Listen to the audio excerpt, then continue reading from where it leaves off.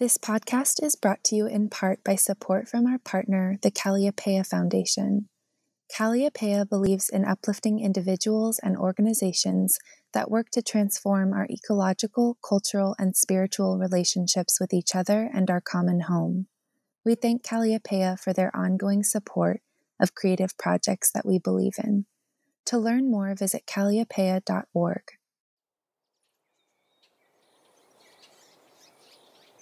Hey For the Wild listeners, Ayana here. Before we dive into this week's episode, I'd like to offer my sincerest thanks to the city of Bend, Oregon, for generously supporting our show. As a creative, I've long turned to wild places as a source of inspiration, to breathe life into my artistic process and nurture projects that will bloom in the new year. If you're seeking an opportunity to refresh your spirit in the outdoors, consider making a trip to Bend. Awe-inspiring discoveries await you in the vast beauty of the Three Sisters Wilderness and the Cascade Mountain Range amidst the turning of seasons. Explore the glistening snow-capped peaks of Mount Bachelor in the winter, ride the rushing waters of the Deschutes River in the spring, or experience Cascadia's shift into autumn as the trees transform into the bright oranges and reds. We are so thankful for those who tend these wild places that make possible the important experience of reconnection, adventure, and reflection. Bend, Oregon is a member of Pledge for the Wild, a group of mountain towns committed to supporting sustainable tourism by encouraging visitors to give back to local organizations that care for these places throughout the year. Discover the majestic terrain of Bend, Oregon with your own eyes and help preserve their pristine landscapes for all by giving back at pledgewildbend.com. That's pledgewildbend.com. Welcome to For the Wild podcast. I'm Ayana Young. Today I'm speaking with Dr. Kim TALLBEAR, an associate professor in the Faculty of Native Studies at the University of Alberta and the Canada Research Chair in Indigenous Peoples, Technoscience and Environment. She is also a Pierre Elliott Trudeau Foundation Fellow and the author of Native American DNA, Tribal Belonging and the False Promise of Genetic Science.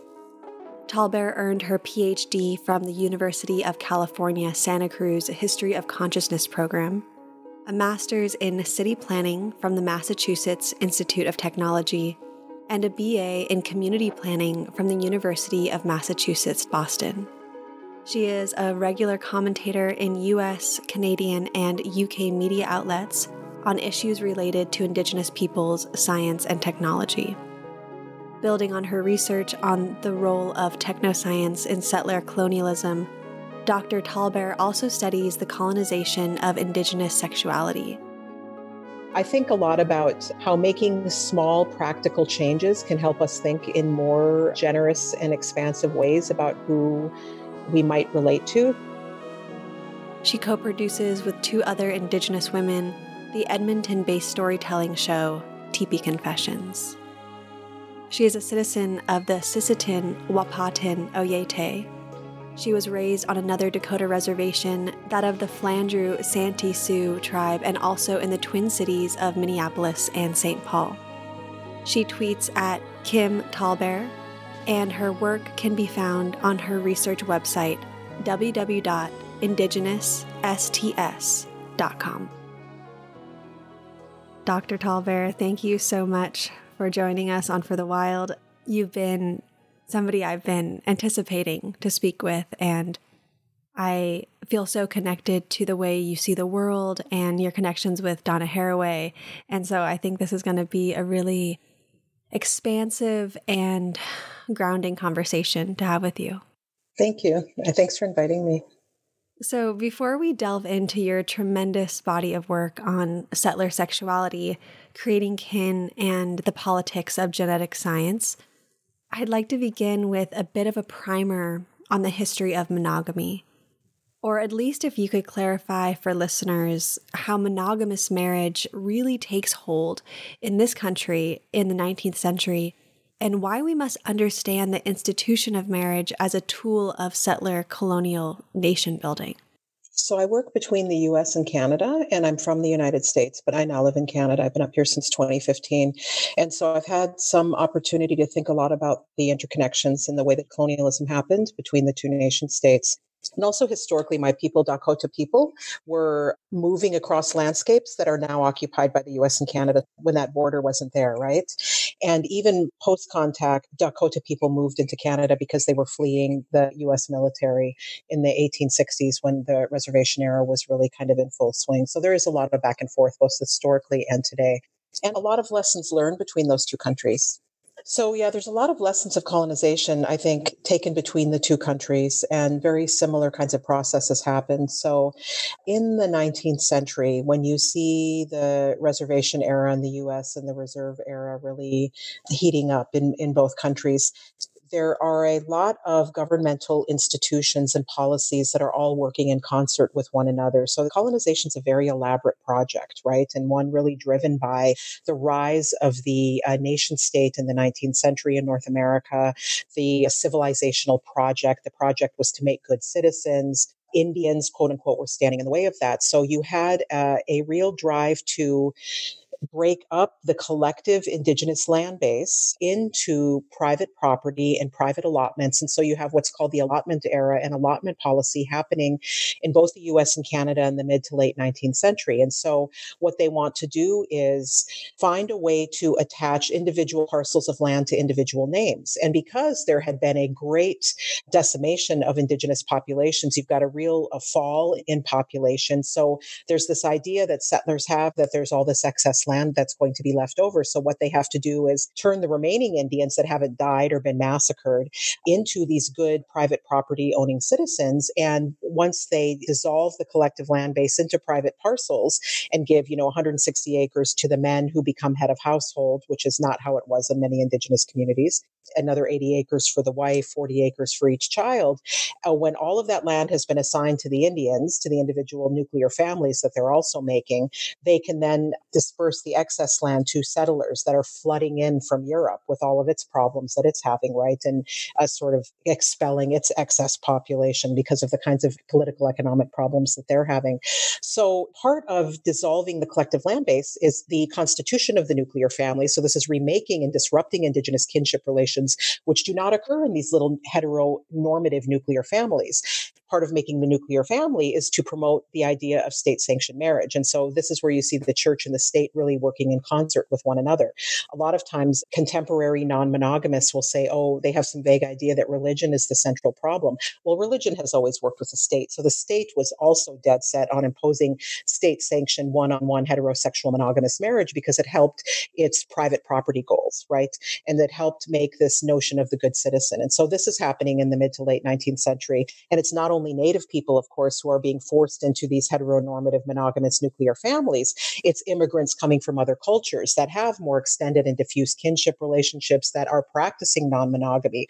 And so the Canadian historian Sarah Carter has a really interesting book on the imposition of monogamy onto Native people and other populations in Canada in the mid to late 19th century. There's another historian in the US, forgetting her name right now, but I'll come back to it, who also writes about a similar kind of project in the United States. So it does happen to be women, probably self-declared feminist historians, who are writing about this project.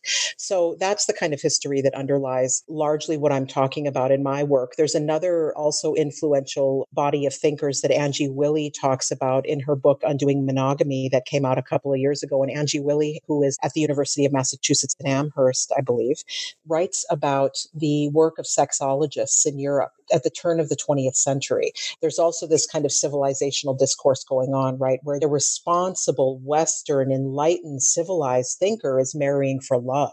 Arranged marriages are considered to be something from these less evolved cultures. And so you've got this real kind of ideology of individualism, right, an individual choice that's going along with the promotion of marriages for love and these kinds of marriages. And so she writes a lot about that, about how sexologists and science were also kind of central to this civilizational project that's shoving monogamy and marriage down our throats. So here you've got the church, you've got the state, and you've got science. And these are the three broad kinds of institutions that I talk about in my work, and they have always worked in concert in the colonial project. Well, to continue opening up this conversation, I'd love to share with listeners an excerpt from your blog, The Critical Polyamorist, wherein you write, quote, "At a giveaway, we do them often at powwows. The family honors one of our own by thanking the people who jingle and shimmer and circle. They are with us. We give gifts in both generous show and as acts of faith in sufficiency. One does not future hoard. We may lament incomplete colonial conversions, our too little bank savings. The circle, we hope, will sustain. We sustain it. Not so strange, then, that I decline to hoard love and another's body for myself. I cannot have faith in scarcity. I have tried. It cut me from the circle. End quote. Wow. So, Kim, can you begin by sharing with us how the politics of marriage, sex, and family is deeply entwined to notions of scarcity and abundance?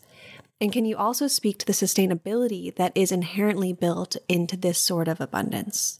Yeah, I think when I wrote that, that's one of my hundreds. I write these 100-word creative nonfiction vignettes that are another way for me it's maybe a kind of ethnographic writing, but it allows for further anonymization. And they're also just really generative for my thinking. I found that writing in a more poetic voice is similar to writing in a theoretical voice. It's the same kind of wordsmithing and conciseness that you're looking for in precision. So it's really a good format for writing in. And I think when I wrote that one, I was thinking a lot about Thomas Prinson's book, The Logic of Sufficiency, that came out about 10 years ago, in which he argues that sufficiency should be enough, that we need to get away from this notion of a constant economic growth. This is not sustainable for the world.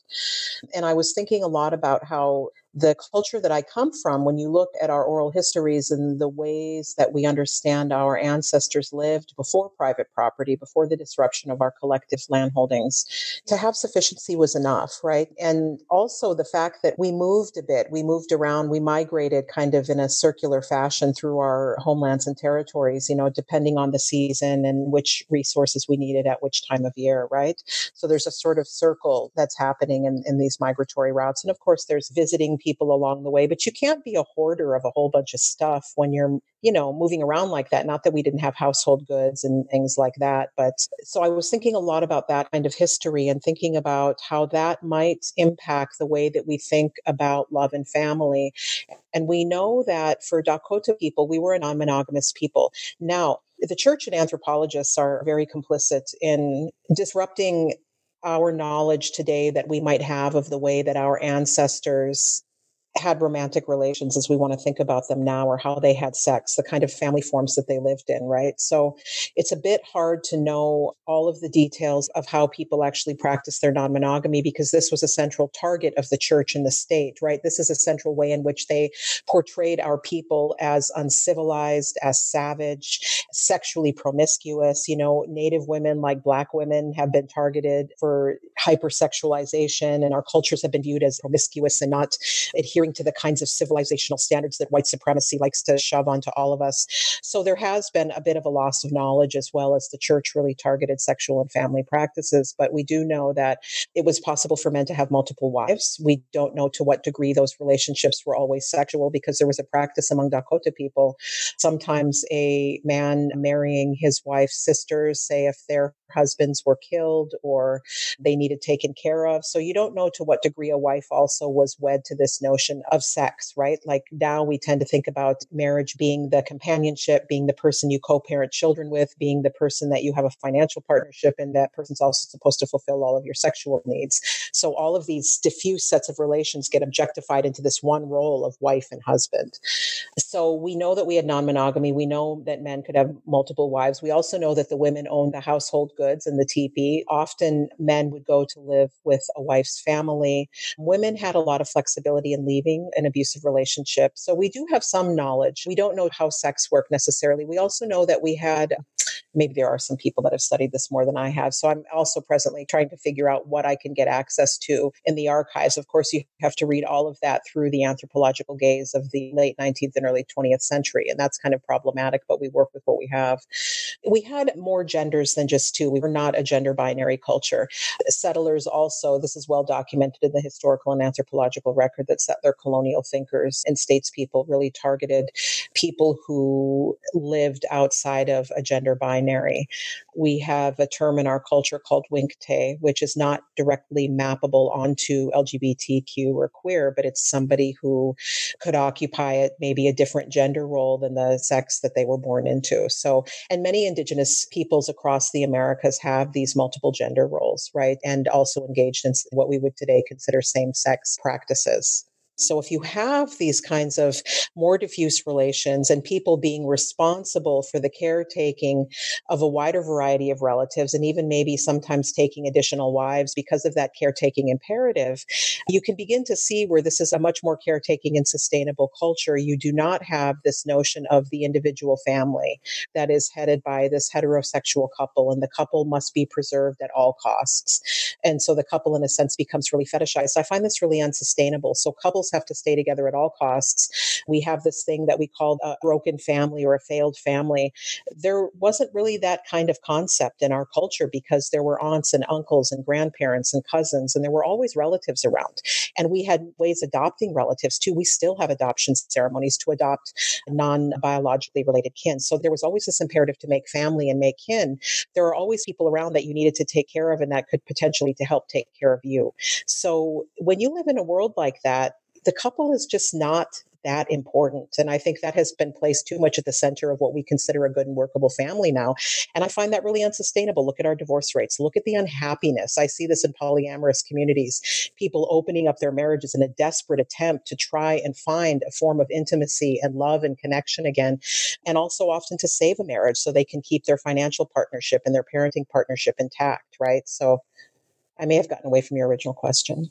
No, I think it's all interconnected. And yeah, I mean, it's like ways of being in a relationship that are not on the binary, and they're not also examples that many of us have been taught or even been aware that that could even be an option. I think that's something that this dominant culture does really well, is it gives us these containers. And if you don't fit into those containers, not only are you rejected in a way, but you're also not given the space to even imagine that there are ways to live outside of these very narrow ways of relating to one another. Yeah. So it's just hearing you, I'm like, whoa, okay, what would it be like? How would that feel? What are other options to be in relationship with others that is healthy and regenerative? And I'm also really interested in delving deeper into our understanding of intimacy when it comes to decolonizing sexuality. Specifically, I'm thinking about what forms of intimacy and even intercourse do we shut ourselves off from when we abide by the objectification of sex or sexuality specifically?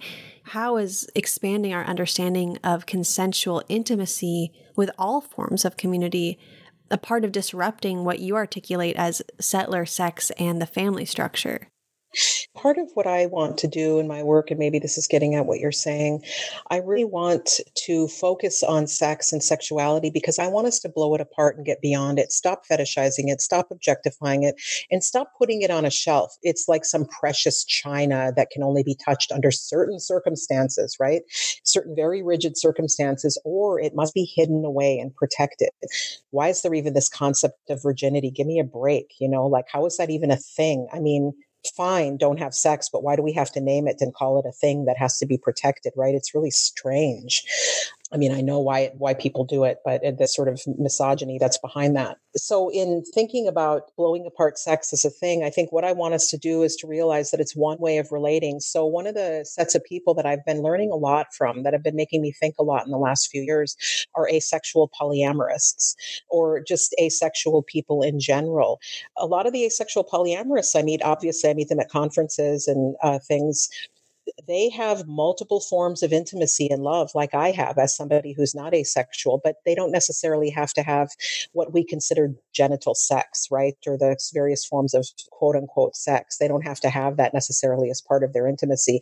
It doesn't mean that they don't fall in love. It doesn't mean that they don't like cuddling or touch or need those kinds of relating. And sometimes they might even have sex, but it's not necessarily the same driver that it is for a lot of us. So they have actually just really taught me a lot about being in good relation and what that might look like. And, sex can be one form of intimacy, but so is conversation, so is cuddling, so is looking into each other's eyes, so is sharing resources, so is talking to one another kindly, listening to one another, reassuring one another. Sex can be one among many ways of relating. And I think if we come to look at it in that way, we can understand that we might want to be sharing it instead of hoarding it. And we can focus more on consent, right? Sex is something that I think we can have in abundance. What's really important is it possible to have it in this kind of consensual, mutually desired way? Yeah, I'm really interested learning more from you just now about the asexual polyamorous, because I think a lot about my personal relationships with people. And there's a lot of times where folks will feel more than maybe just a friend, but we're also not in a type of marriage relationship, and we're also not having intercourse, but we do have romance and intimacy and so much love and so much sharing with one another. And there isn't a term in this culture, and maybe that's a good thing, that describes what we have. And it's kind of hard to explain to folks who aren't willing to shed those old identities when I try to explain how I relate to people in a way that isn't so rigid. And so, yeah, I think you really spoke to all of those things. And it's interesting, specifically with polyamory, because it's inherently over-sexualized in this dominant society where everything is turned into sex. So I'm also curious to hear how expanding our intimacy plays a role in combating this hypersexualization of relationships beyond monogamy.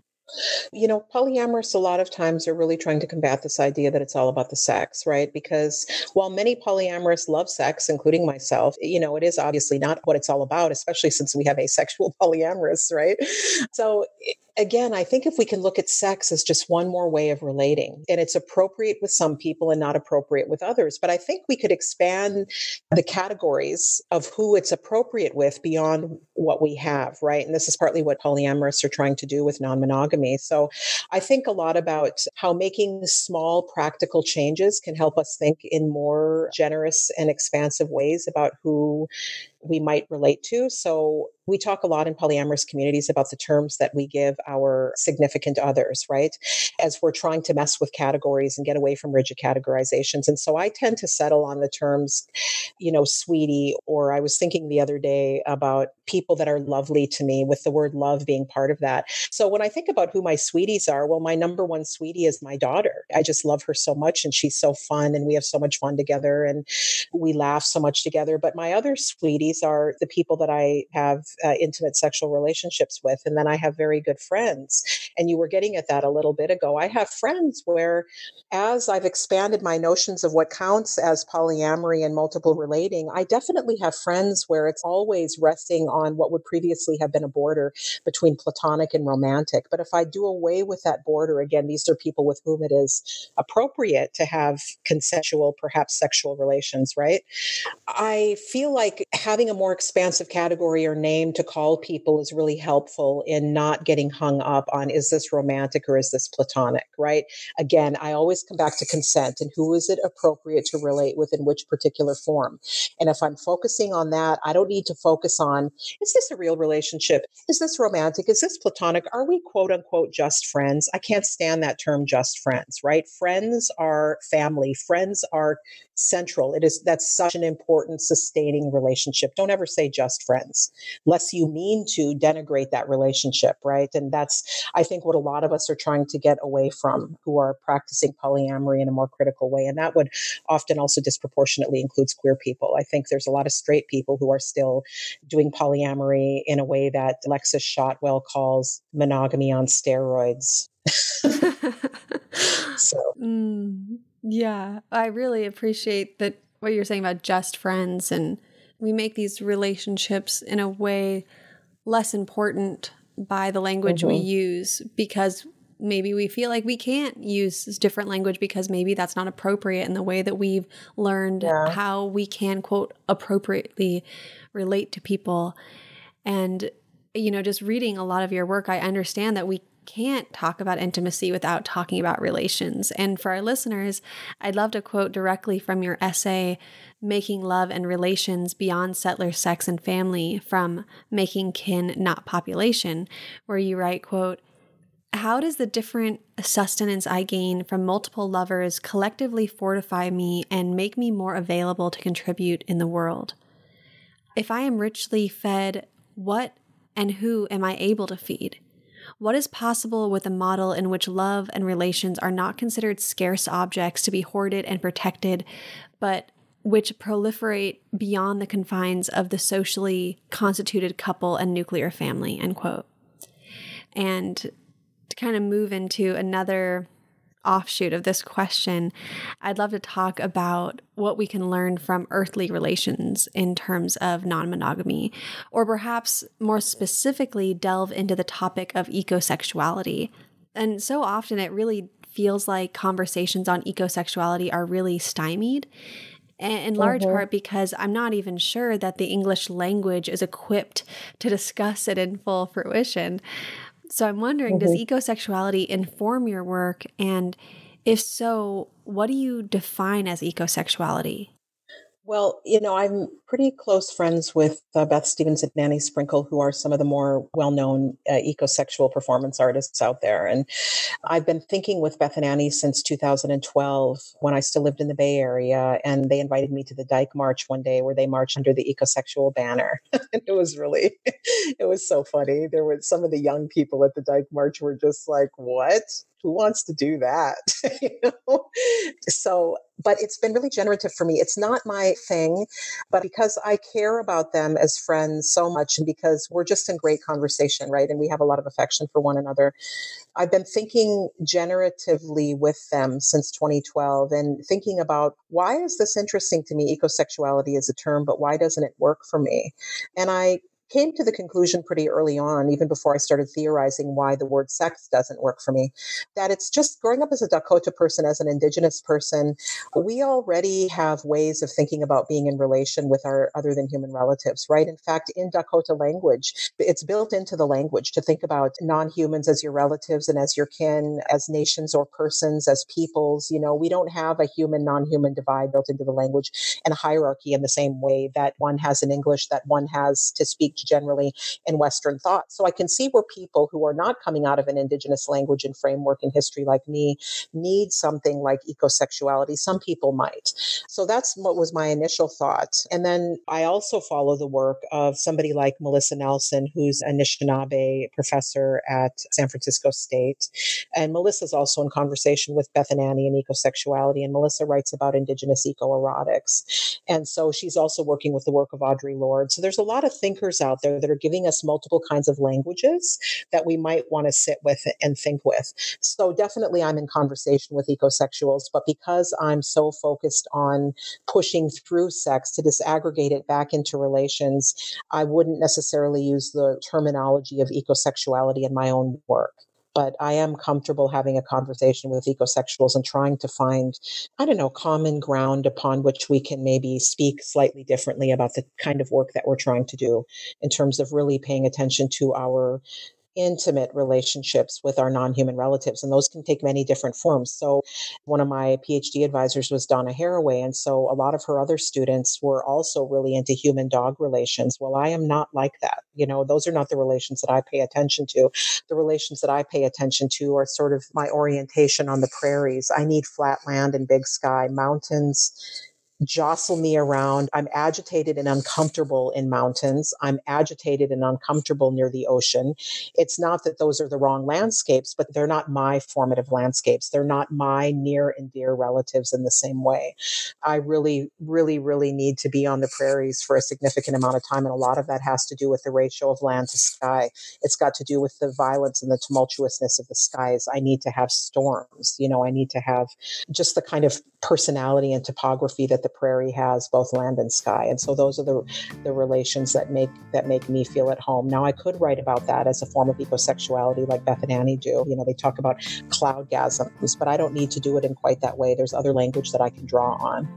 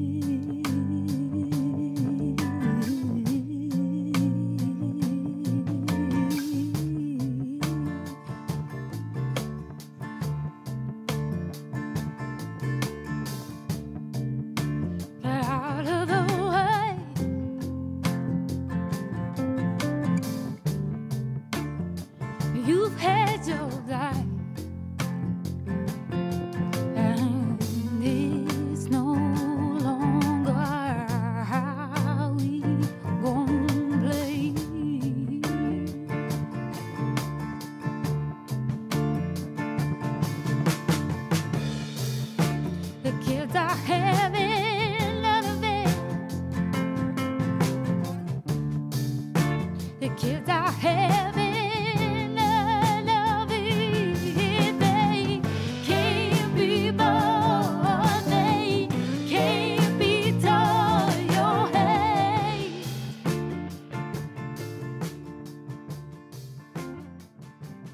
Now, I'd like to acknowledge the inherent pronatalism that is built into the church and state's advocacy for monogamous marriage. And you often speak frankly and quite candidly of the sort of oppressive force of the settler family structure. So I'm hoping you can share some of your thinking about biological reproduction and what forms of bonding and kinship await outside the dominant nuclear family structure. Yeah, I have written and talked about this a lot, and I try to be careful because, I have people that are really close to me that are implicated in these conversations, right? In particular, my own daughter and my co-parent as individuals are implicated in anything I say publicly. And so, but I have written about this a lot. Donna Haraway writes on this as well. I think there are some I just don't think everybody should biologically procreate. I don't think everybody should have children. And I think the pressure on us, especially as women, to bear children, the way this identity of mother is forced onto us as something that we should aspire to, or there's something wrong with us, so violent. And it produces so many children that are, I think about, I'm not one of those people that ever had a biological drive to reproduce. And I know there are people like that, no matter their gender. My cisgendered ex-husband had a strong, strong desire to have a child. Why? Because he wanted to love and caretake that child.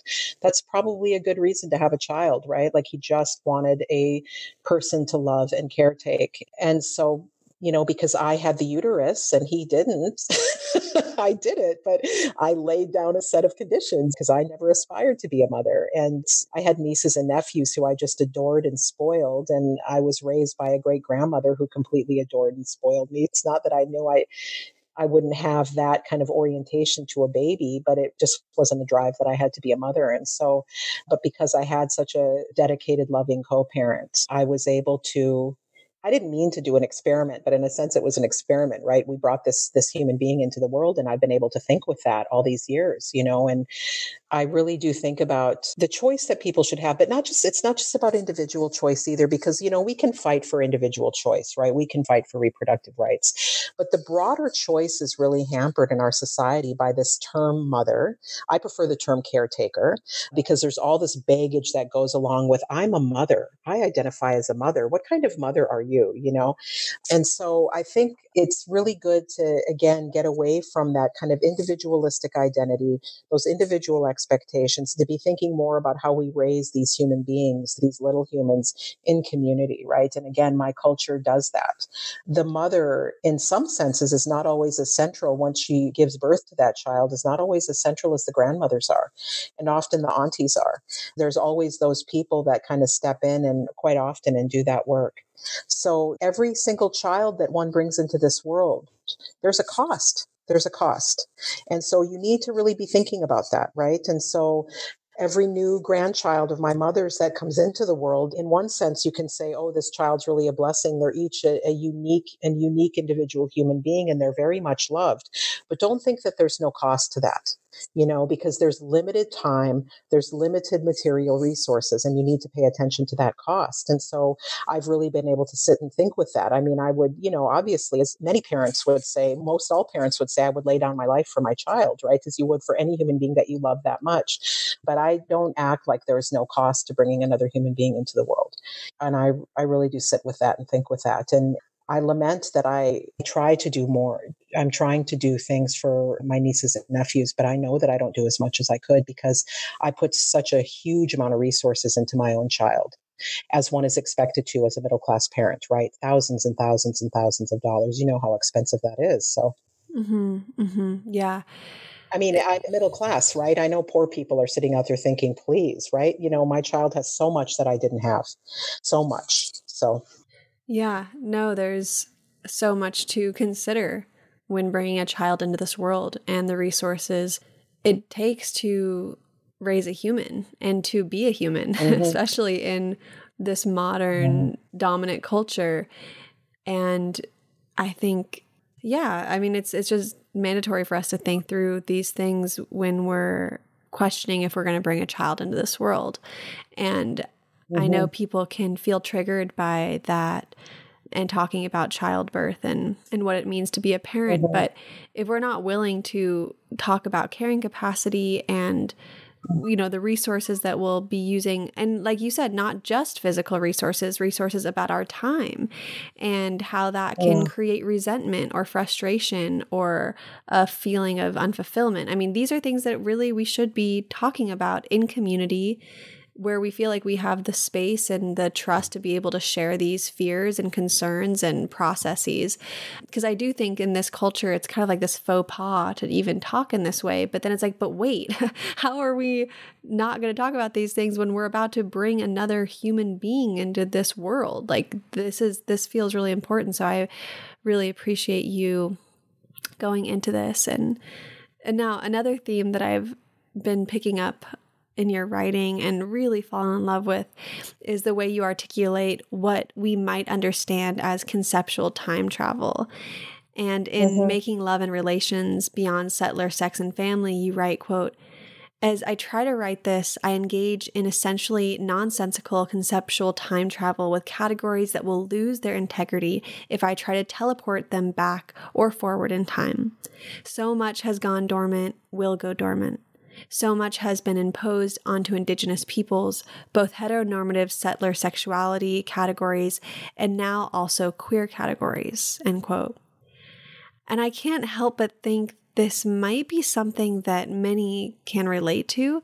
And so I'm wondering if you could share with us how disaggregation provides an alternative to hierarchical categorization, wherein power is conceived anew.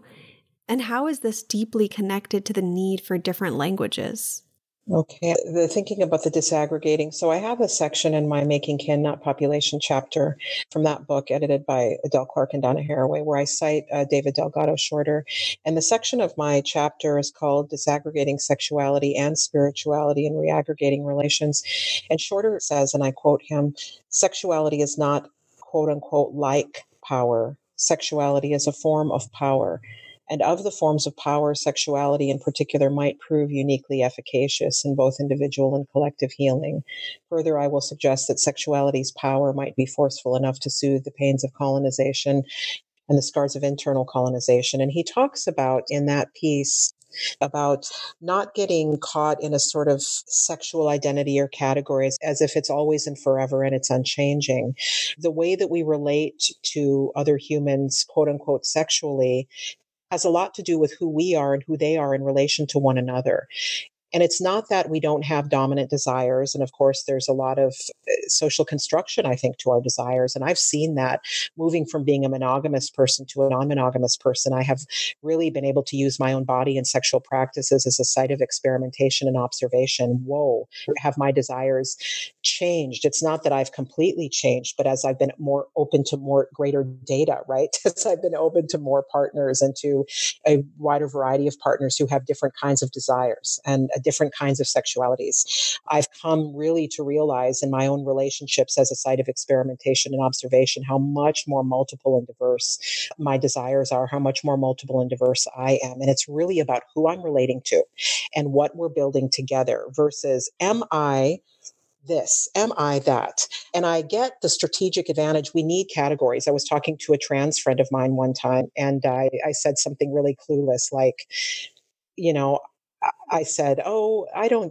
why can't we just love one another, right? Like, why do we have to be in these kinds of categories?" And my friend said, "Kim, you sound like one of those white people who's like, why do we have to see race? I don't see race." I was like, "You're right." I was really clueless. So there's strategic advantage to, we do have to have these racial categories and our sexuality categories and all of that because we're advocating for rights. We're advocating for justice. We're advocating for resources. There's that practical way.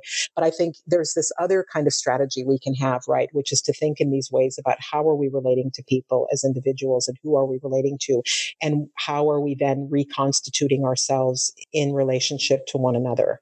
So that's kind of where I've come to, both through my own experimentation in my own life, through reading theory, like that that David Shorter talks about. And in terms of the conceptual time travel, of course, as I've thought historically about Dakota people and how they lusted, loved, and made kin, I've had to think about, how do I even talk about this in writing? When I've got this set of English language settler colonial categories, straightness and queerness and all of the LGBTQI, kind of ecosexuality, all those kinds of terms, which I have to work with.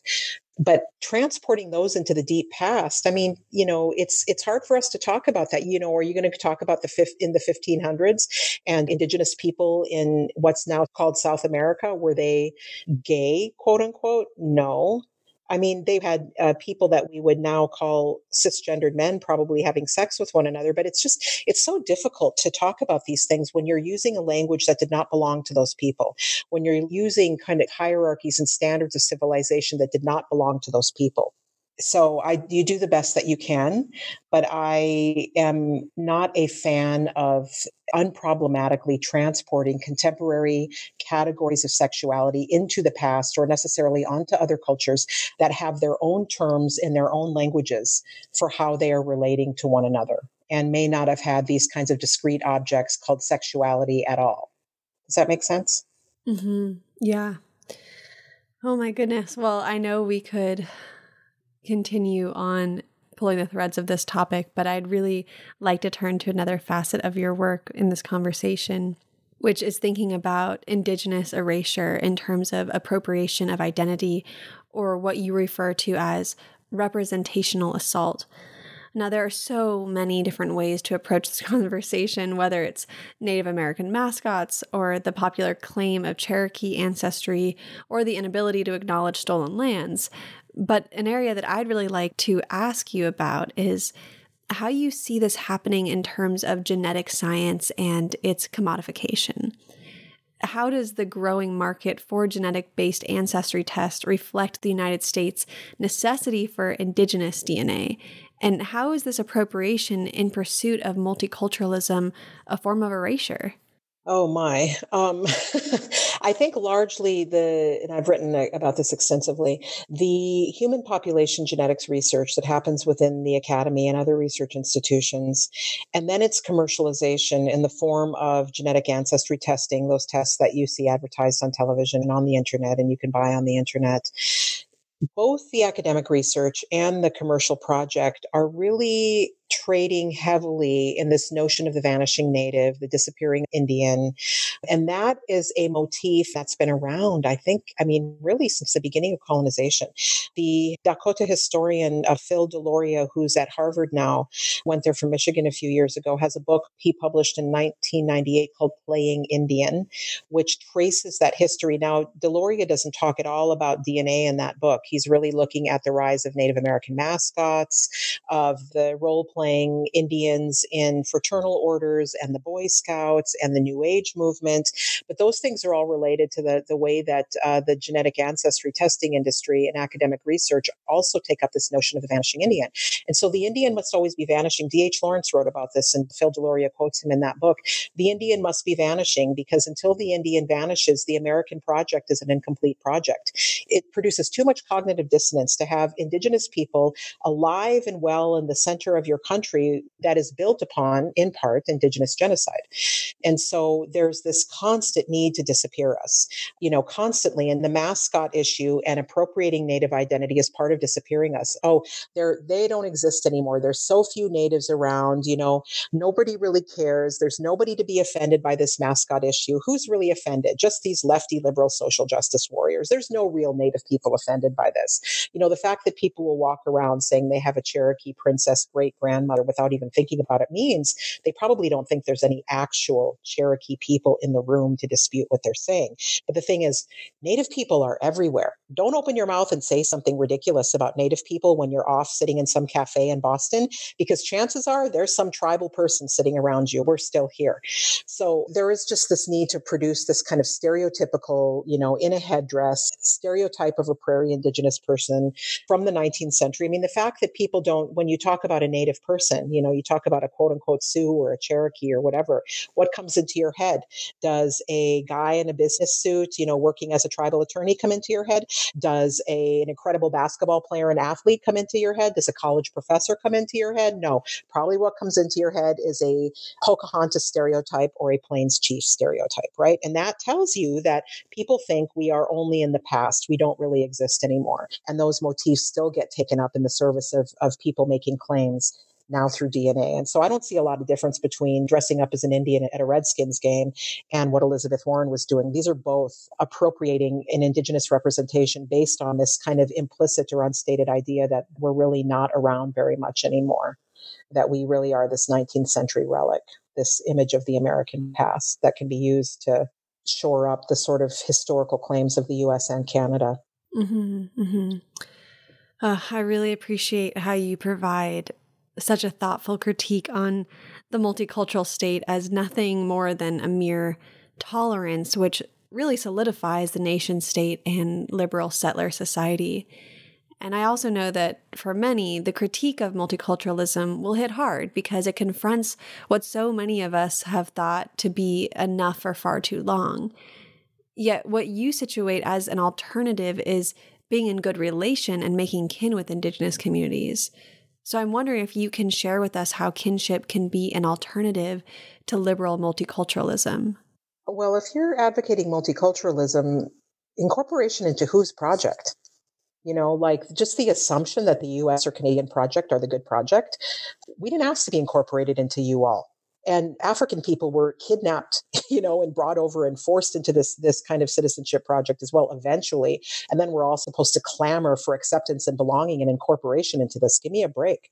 Meanwhile, you've got this sort of, especially in the case of the US, this militaristic, violent, contaminating state going around the world, killing people, producing environmental conditions that are decimating non-human populations.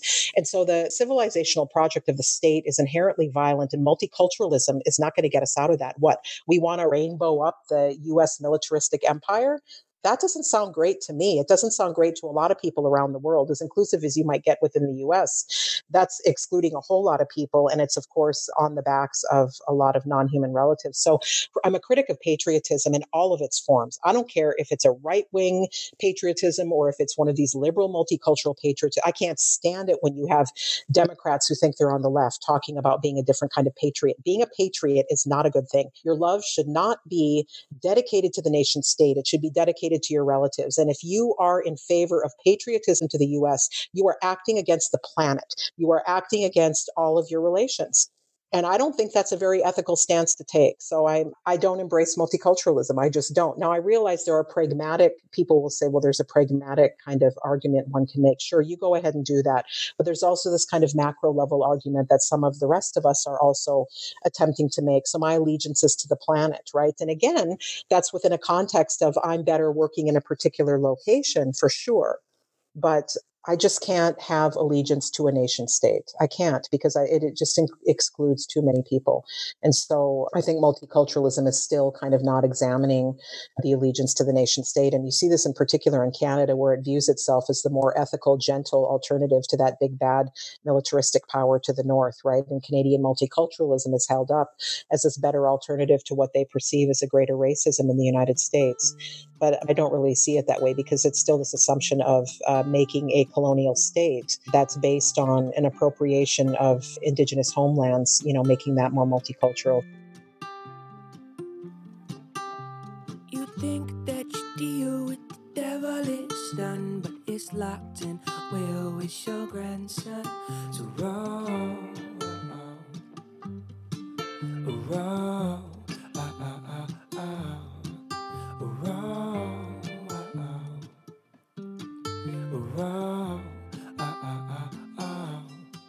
You can't pave your way to the promised land. You can't pave your way to the truth. So roll,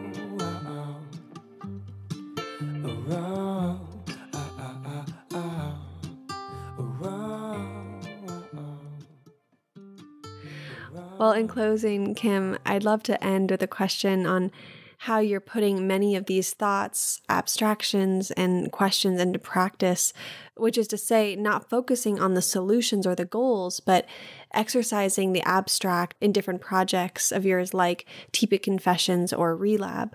So can you share with us how these performances, storytellings, and creative practices are so vital to the work of unsettling? So I was largely doing, Indigenous science, technology, and society work for the last 10 years. But I used to do spoken word before I went to graduate school, and it was a side thing, right? And then I've probably incorporated a lot of performance just into my academic stuff. I like to be on stage, right? And I like to give talks, and I like to perform in some sense. And those things kind of really came back together in the last few years. We just by chance started the TP Confessions sexy storytelling show in Edmonton. It's an offshoot of the Austin, Texas-based show Bedpost Confessions, which has been around since about 2010. And we did it for an event, an Indigenous Masculinities Conference, the TP Confessions show back in 2015. And it came off so successfully that people asked if we would do another one. And we asked the women at Bedpost Confessions, the producers there, could we make this a regular thing? And they said, yeah, they would love that. So we do an Indigenized sexy storytelling show. We've also got an Indigenous burlesque troupe that has been an offshoot of our show. So a lot of different threads just kind of came together serendipitously, it seems. And there's so much happening in Edmonton and across Canada around decolonial sexualities and Indigenous sexualities.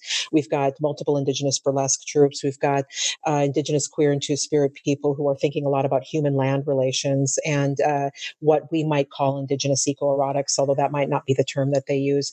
People thinking about defending sex worker rights. People thinking about tying the exploitation of Indigenous land and its decimation and violation to the assaults on Indigenous women, right? And so there's a lot of human, non-human connections that are happening implicitly in the decolonial sexualities and the kind of sexuality rights stuff that's happening across Canada and across Indigenous communities in the US. And so TP Confessions happened at a really great time where we talk openly and positively about sex and sexuality, but we also have moments that are really moving where people talk about overcoming sexual trauma and getting to a place of positive sexuality. And we are really clear in our show, even though it's fun and we laugh a lot, and we have a lot of salacious, sexy stories, that we are an important part of what we're trying to do is to recuperate Indigenous sexuality after it has been such a target of the church, the state, and science. They have demeaned Indigenous bodies, demeaned Indigenous communities, portrayed us as sexual deviants, all in their civilizing colonial project. And part of us recapturing sexuality for ourselves and pushing through is to get us back into this sense of being in good relation. And so it's why I talk about sex and sexuality as one way of being in good relation. It's not necessarily the only way or the best way or the most privileged way. Some people don't want to have sex. That's fine. All of us relate to other people, whether we do it sexually or non-sexually. And so we're at the center of our show, and then at the center of our broader arts-based research group, which we've called the Relab, is to think about being in good relation. And so our group, we decided to call Relab because we noticed we were always using re-words: restory, research, reclaim, resurgence.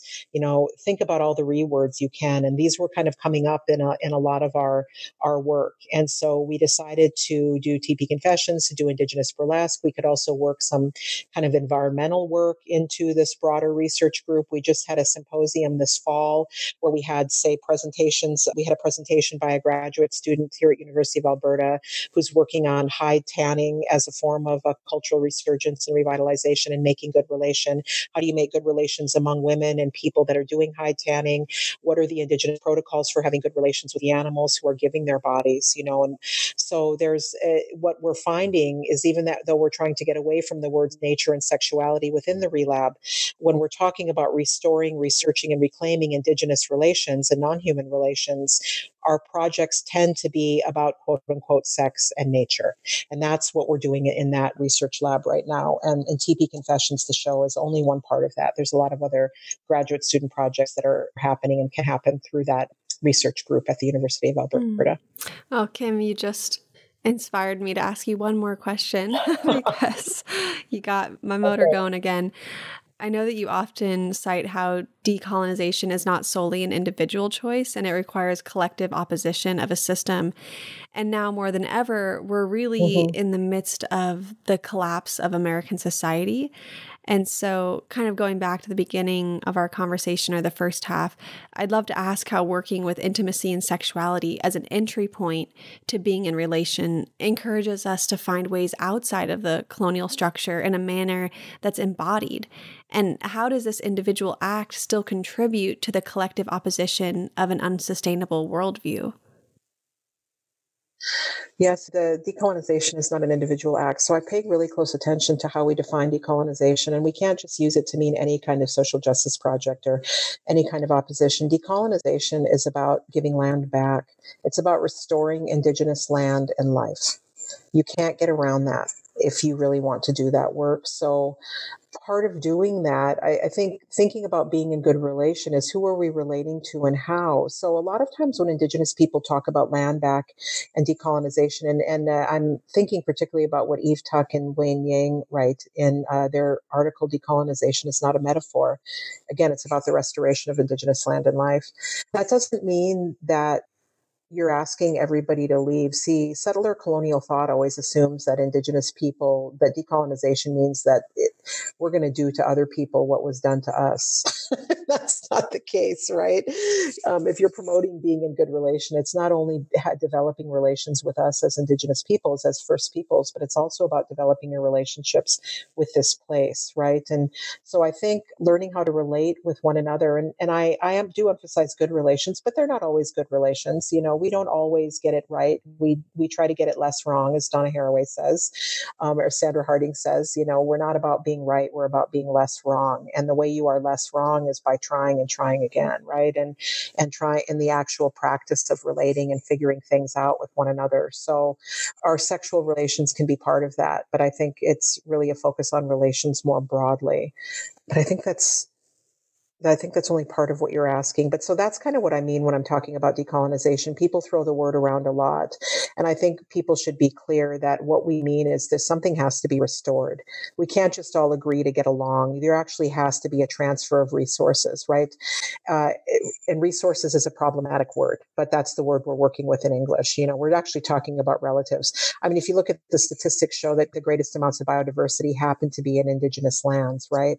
There is an important tie between Indigenous worldviews and ontologies and protecting our non-human relatives on this planet. Those are important ties. Those relationships between Indigenous peoples and our historic homeland should not be violated. They should be cultivated, and other non-Indigenous people should come into cultivating those relations with us. That's what we need to figure out how to do, right? And there are a lot of other thinkers that are much farther along than I am in terms of thinking about how we do this work. I'm thinking of Indigenous environmental thinkers and activists all over the world, right? People that are actively thinking about how to restore those relations. We've got a lot of people in lands now occupied by Canada, Indigenous and non-Indigenous allies, who are thinking about doing land-based education and land-based projects. There's a lot of that going on up here. That student I was talking about who's doing the hide tanning workshops, it's part of the work that she does too. So there are people thinking on the ground about how to actually put these forms of better relating into place. I tend to theorize about that kind of work. Did I touch on everything you asked about? You touched on so much in this entire interview, and I feel like I'm going to need a lot of time to sit with our conversation because we were able to span so many different topics and give space to these concepts, because I think especially in this culture, we're so used to clickbait or just this instant gratification or swipe culture where we're just like, oh yeah, headline. Okay, next. But everything we talked about, there's no next. It's sit and stay and listen and breathe and really try to take it all in, because it's in the fabric of these lies that we've been told since the moment we were born, and maybe even before that. So it's a whole shattering of this dominant identity. Yeah, I mean, they're justifications for extraction, right? You can call them lies or truth versus truth, but they're justifications for extracting. They're justifications for hierarchy. And if we don't want to live in a hierarchical, extractive world, we've got to find justifications for not doing that, right? So it's when we were talking before we started recording about the truth, right? And you saying that you heard truth in what I was writing. I mean, it's not that I don't have more research to do, right? I have more observations to make. I have more archival work to do. But for me, the truth is not in some kind of form of ultimate transparent truth about the universe. I don't believe in that. I don't know that to be how the world works. To me, the truth is in our intentions to connect and our intentions to relate with one another. And I think as long as we keep focused on that intention, we will sometimes get it less right than we could get it right. And this is what I was saying. I think I've learned from Donna Haraway and Sandra Harding and other feminist epistemologists that we're not trying to substitute some other, great feminist truth for the great white masculinist truth. We're trying to get it less wrong. And the way that we get it less wrong, the way that we have a more textured and nuanced understanding of what's working in the world and how, is by relating to one another, by having multiple eyes and minds thinking together on how to live in this world differently, right? And how do we stop justifying extraction and hierarchy? And so that's what I'm trying to do. And so if my intention is to relate and to justify living well together, then there's room for me to misstep a little bit and not quite get it right.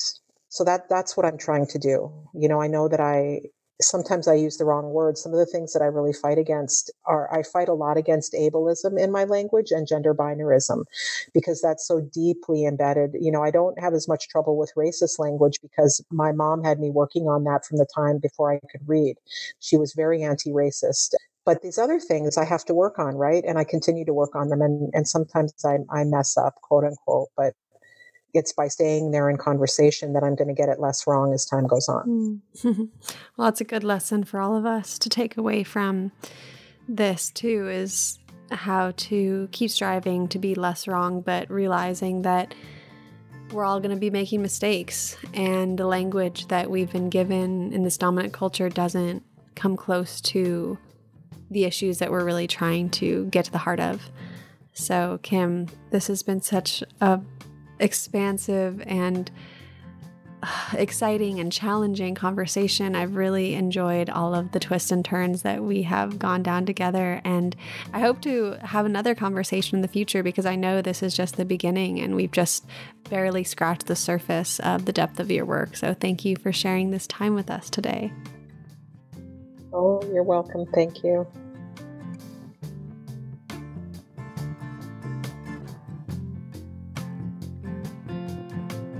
Thank you for listening to another episode of For the Wild podcast. I'm Ayana Young. The music you heard today was from M83, Frazee Ford, and Phrase. I'd like to thank our podcast production team, Aidan McCrae, Andrew Storrs, Carter Lou McElroy, Erica Eckram, Aaron Wise, Hannah Wilton, Francesca Glassbell, Vera Lummy, and Melanie Younger. If you haven't already, please rate us on iTunes, sign up for our newsletter at forthewild.world, and become a member on Patreon. Thanks again, and until next week.